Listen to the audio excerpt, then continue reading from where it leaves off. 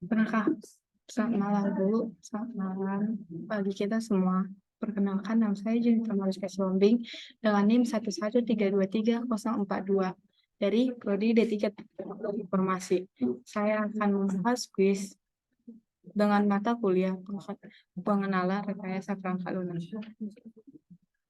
Pertama, jelaskan apa itu software. Perangkat lunak atau software adalah kumpulan instruksi program komputer dan data yang digunakan untuk mengoperasikan komputer dan perangkat lainnya. Ini adalah komponen non-fisik dari sistem komputer yang memungkinkan komputer untuk menjalankan tugas-tugas tertentu seperti pengolahan data, eksekusi program, dan integrasi dengan pengguna. 2. Jelaskan jenis-jenis software dan berikan contohnya. Perangkat lunak, sistem atau sistem software adalah jenis perangkat lunak yang merujuk pada kategori perangkat lunak yang bertanggung jawab untuk mengelola dan mengontrol perangkat keras atau hardware komputer serta menyediakan layanan dasar bagi aplikasi perangkat lunak.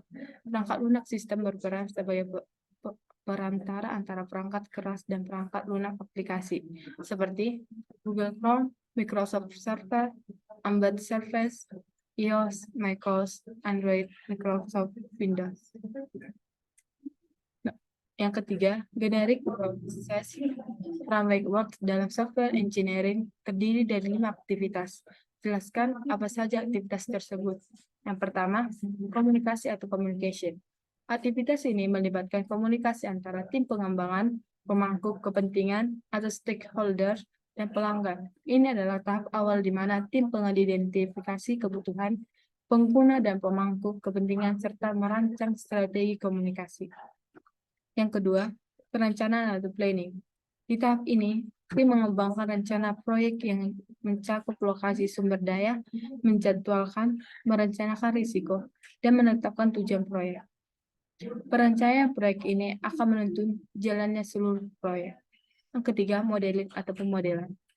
Pemodelan melibatkan pembuatan model atau referensi visual dari perangkat lunak yang akan dikembangkan.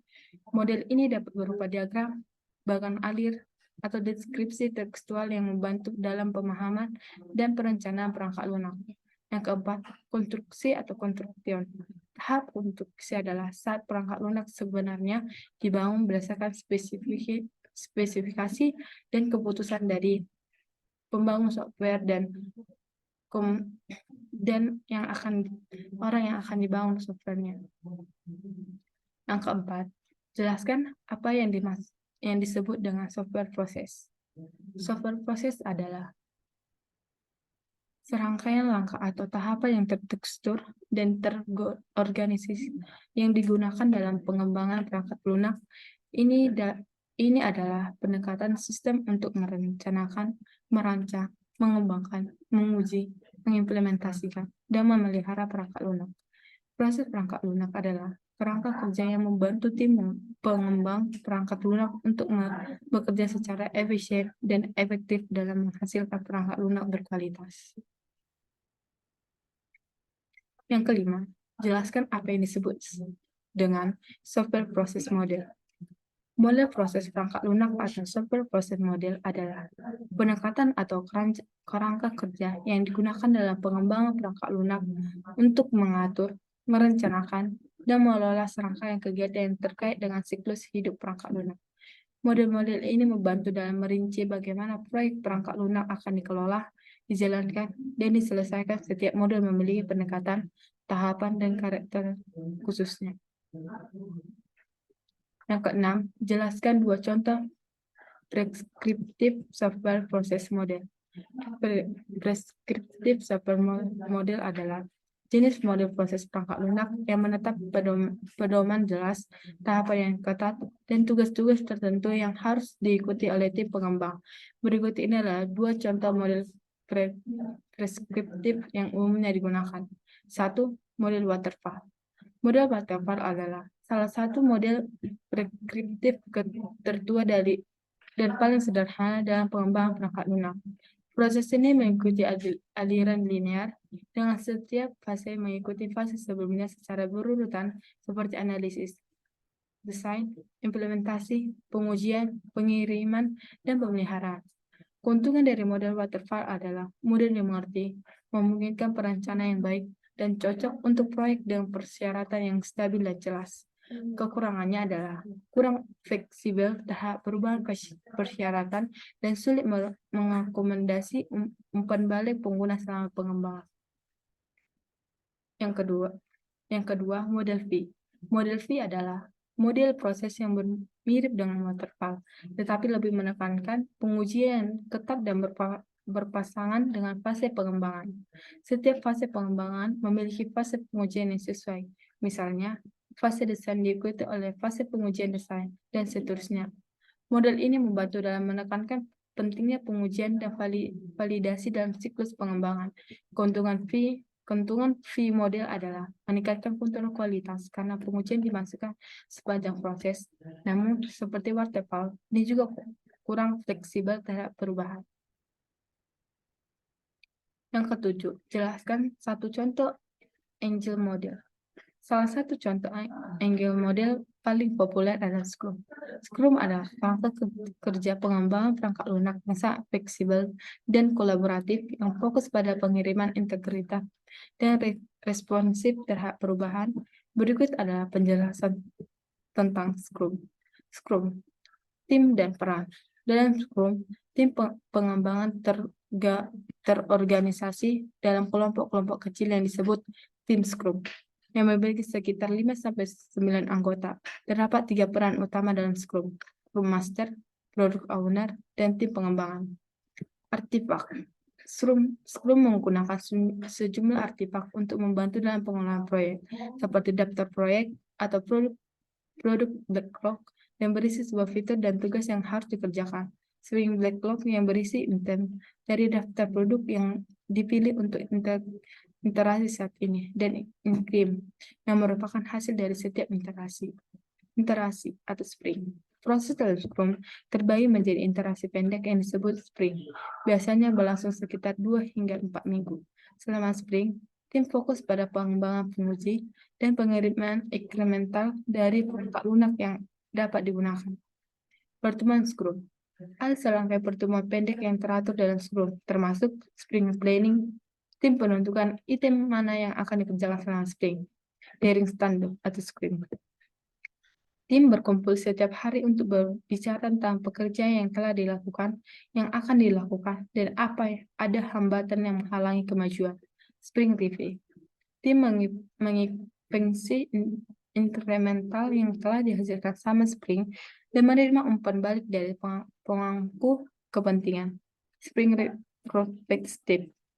Tim merefleksi sprint yang baru berlalu untuk mengidentifikasi apa yang berjalan baik dan apa yang perlu diperbaiki. Prinsip kesatuan kerja. Scrum sangat menekankan kerja kolaboratif dan tanggung jawab bersama.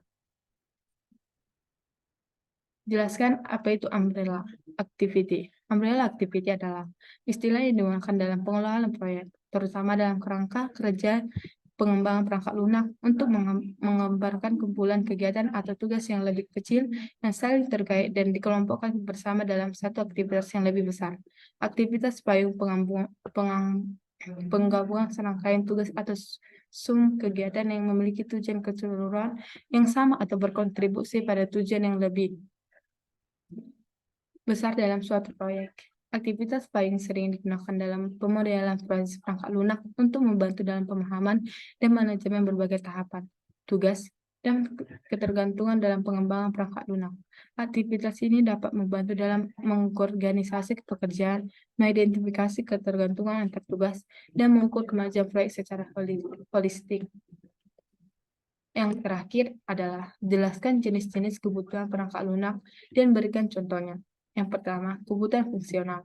Kebutuhan fungsional adalah spesifikasi tentang apa yang perangkat lunak seharusnya lakukan, yaitu fitur atau fungsi yang harus ada. Contohnya, perangkat lunak e-commerce harus memungkinkan pengguna untuk menambahkan produk ke kerja belanja, melakukan pembayaran, dan melihat riwayat pembelian. Yang kedua, kebutuhan non-fungsional. Kebutuhan non-fungsional adalah spesifikasi yang menggambarkan kualitas atau kinerja perangkat lunak. Contohnya, perangkat lunak perbankan harus memiliki tingkat keamanan yang tinggi dan harus mampu melayani 1.000 pengguna secara bersama tanpa menurunkan kinerja. Yang ketiga, kebutuhan kinerja. Kebutuhan kinerja menggambarkan sejauh mana perangkat lunak dapat menangani beban kerja tertentu. Contohnya, perangkat lunak video streaming harus dapat mengalirkan video berkualitas tinggi tanpa briefing pada kecepatan internal minimal 5 MB. Kebutuhan keamanan. Kebutuhan keamanan menggambarkan persyaratan untuk melindungi data dan sistem perangkat lunak dari ancaman keamanan. Contohnya, perangkat lunak aplikasi perbankan harus memiliki autentikasi 2 faktor untuk mencegah akses yang tidak sah. Yang kelima, kebutuhan keandalan. Kebutuhan keandalan berkaitan dengan seberapa handal perangkat lunak dan menjalankan fungsi. Contohnya, sistem referensi maskapai harus memiliki optimal minimal 99,9% setiap bulan. Kebutuhan usabilitas. Kebutuhan usabilitas menggambarkan sejauh mana perangkat lunak mudah digunakan oleh pengguna aktif. Contohnya, antarmuka pengguna perangkat lunak harus memiliki navigasi yang intuitif dan panduan pengguna yang jelas. Yang ketujuh, kebutuhan kompatibilitas. Kebutuhan kompatibilitas menjelaskan seberapa baik perangkat lunak dapat berinteraksi dengan perangkat keras dan perangkat lunak lain. Contohnya, perangkat lunak harus kompatibel dengan sistem operasi Windows, MacOS, dan Linux. Yang ke-8, kebutuhan legal dan regulasi. Kebutuhan legal dan regulasi adalah persyaratan yang harus dipatuhi sesuai dengan hukum dan peraturan yang berlaku. Contohnya, perangkat lunak medis harus mematuhi peraturan FDA dan standar keamanan HIPAA. Sekian presentasi dari saya ucapkan terima kasih.